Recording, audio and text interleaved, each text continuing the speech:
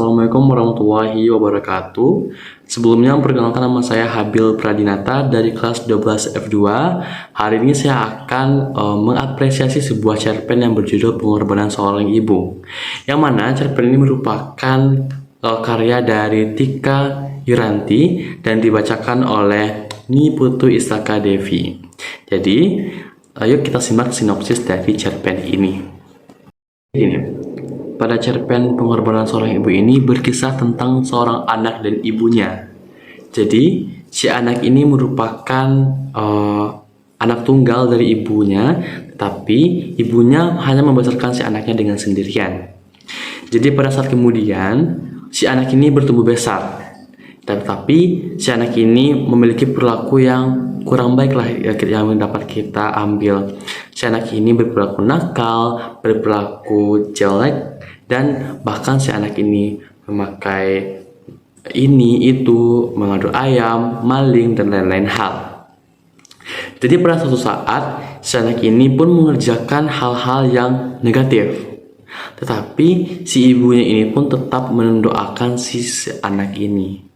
Nah, selanjutnya, pada suatu hari, si anak ini pun dia ketahuan mencuri di tempat tetangganya. Jadi dia pun digerebek massal dan dihukumi hukuman pancung atau eksekusi mati.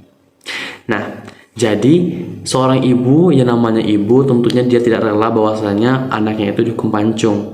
Walaupun anaknya memiliki kesalahan, tetapi si ibunya ini tidak rela gitu. Jadi si ibunya ini pun terus pergi ke raja dan dia pun memohon kepada raja bahwasanya dia tuh tidak mau anaknya untuk dieksekusi mati. Karena bagi seorang orang tua itu si anaknya ini tuh masih memiliki kayak pengalaman yang lebih lagi, masa depan yang lebih cerah lagi ke depannya. Tapi si seorang raja ini pun tegas untuk mengeksekusi anaknya. Nah, anggap saja kita eksekusi anaknya itu pada hari Selasa. Jadi pada hari Selasa, pada hari Senin malam, si ibunya itu pergi ke bandul lonceng yang ada di tempat eksekusi itu. Nah, pada hari Selasa itu, Selasa pagi, si anaknya ini pun ditegaskan bahwasanya dia itu akan dieksekusi mati pada hari itu juga. Nah, mendengar hal itu, si anaknya pun merasa takut gitu.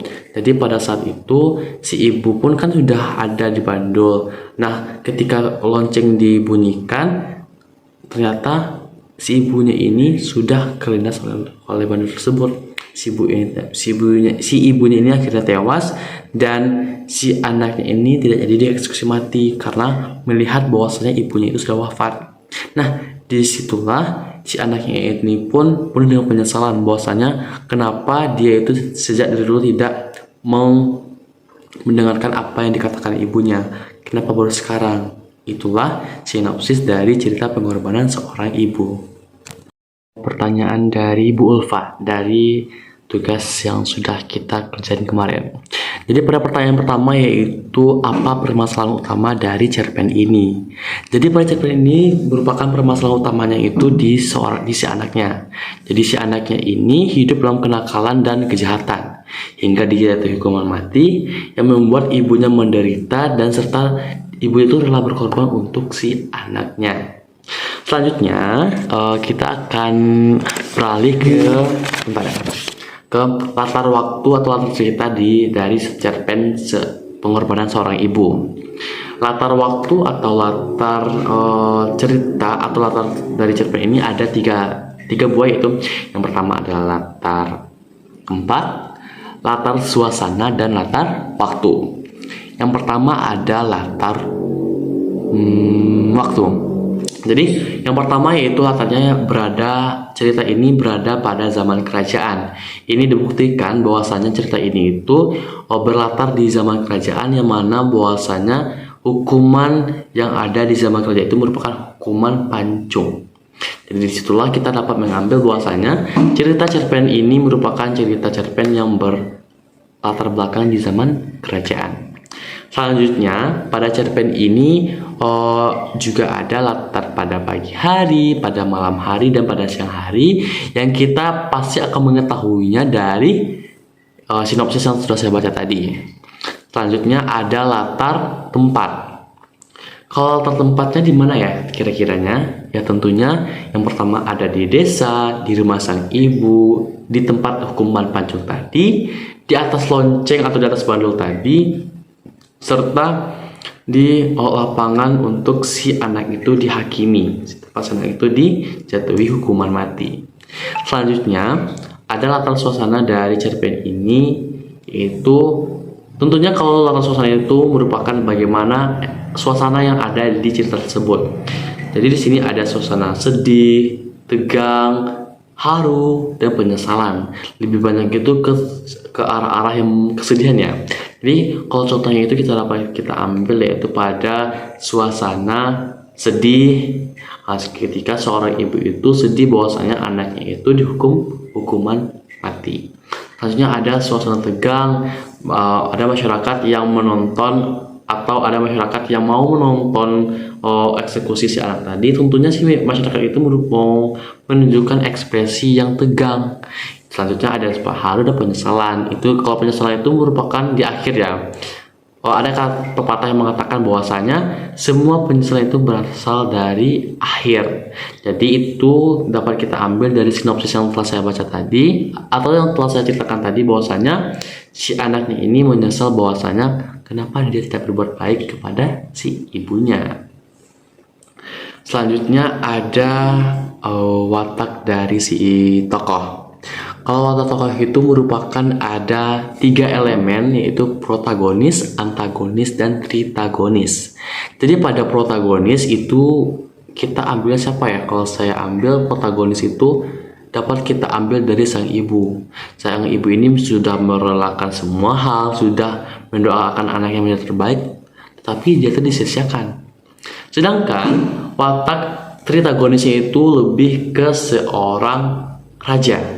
Kenapa di seorang raja? Karena seorang raja itu memiliki sifat yang tegas, tapi bukan tritagonis. Tapi apa yang kita bisa ambil ya kalau watak si raja ini?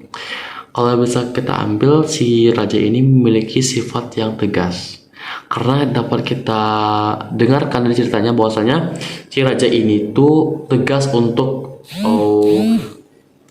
tegas untuk menyidakkan atau tetap melakukan hukuman pancung mati, padahal si ibu ini sudah memohon kepada si raja. Selanjutnya ada dari alur cerita ini. Kalau alur yang dapat kita ambil bahwasanya dari cerita cerpen ini, alurnya itu merupakan alur progresif atau alur maju. Karena peristiwanya ini tuh dijadikan secara berurutan dari kehidupan sehari-hari, konflik, hingga hukuman pancung tadi, dan hingga penyesalan. Dan adapun amanat yang kita ambil dari cerpen ini yaitu hargailah orang tua kita. Kita sebagai anak yang baik, anak yang berbakti, kita itu harus bisa menghargai orang tua kita. Karena kasih sayang mereka itu tulus dan penuh dengan pengorbanan. Jangan kita sebagai anaknya itu menyia-nyiakan cinta dia, karena dia itu sudah memberi banyak perasaan kepada kita. Jadi kita itu harus bisa berbuat atau berbuat baik kepada dia. Selanjutnya kita akan beralih ke unsur-unsur dari cerpen ini, yaitu unsur ekstrinsik. Jadi pada unsur ekstrinsik itu ada beberapa, yaitu nilai agama, nilai moral, nilai sosial, dan nilai budaya. Kalau kita ambil dari nilai agamanya itu tentunya dari segi spiritual dia. Kalau kita ambil contohnya itu dari si ibu. Si ibu ini selalu berdoa kepada Tuhan untuk bisa mengubah si anaknya, untuk bisa si anaknya ini tuh melakukan hal kebaikan gitu. Selanjutnya ada dari nilai moral. Kalau nilai moral ini kita dapat ambil dari kasih sayang sang ibunya itu. Jadi sang ibu itu rela berkorban dan kewajiban anaknya itu untuk menghormati saja serta untuk menyayangi orang tua saja, si ibu kok lah berkorban dia kan. Tapi si anak ini itu harus juga menyayangi orang tuanya, menghormati orang tuanya, itu tentunya ibunya itu. Kalau kita ambil dari nilai sosialnya itu, yaitu tentang si anaknya itu mencuri kan guys. Jadi pantas dia itu dijatuhi hukuman mati dikarenakan si anaknya ini sudah melakukan hal yang sama berulang-ulang kali. Jadi nilai sosialnya itu yaitu hukuman pancung di daerah rakyat, di depan rakyat sebagai bentuk ketegasan dari kesalahan yang dilakukan oleh seseorang anak ibu tadi. Nah, selanjutnya kita akan beralih ke materi selanjutnya, yaitu ada kelebihan dari cerpen ini. Jadi, kelebihan dari cerpen ini yaitu cerpen ini sangat mengambil nilai moral dan menyentuh hati, menggunakan bahasa yang sederhana dan mudah dipahami tentunya. Jadi pada cerpen ini tuh memiliki bahasa yang sangat mudah dipahami dan dapat dicerna oleh otak kita. Dan adapun sudut pandang terhadap pengarang, bahwasanya pengarang itu berhasil menyampaikan pesan moral yang kuat melalui kisah sederhana, sehingga kita itu dapat menyentuh hati, menyentuh emosi pembaca dan mengingatkan pentingnya untuk berbakti kepada orang tua. Oke guys, sekian dari video dari saya. Kembali lagi dengan saya di next video. Saya Habil Pranata. Assalamualaikum warahmatullahi wabarakatuh.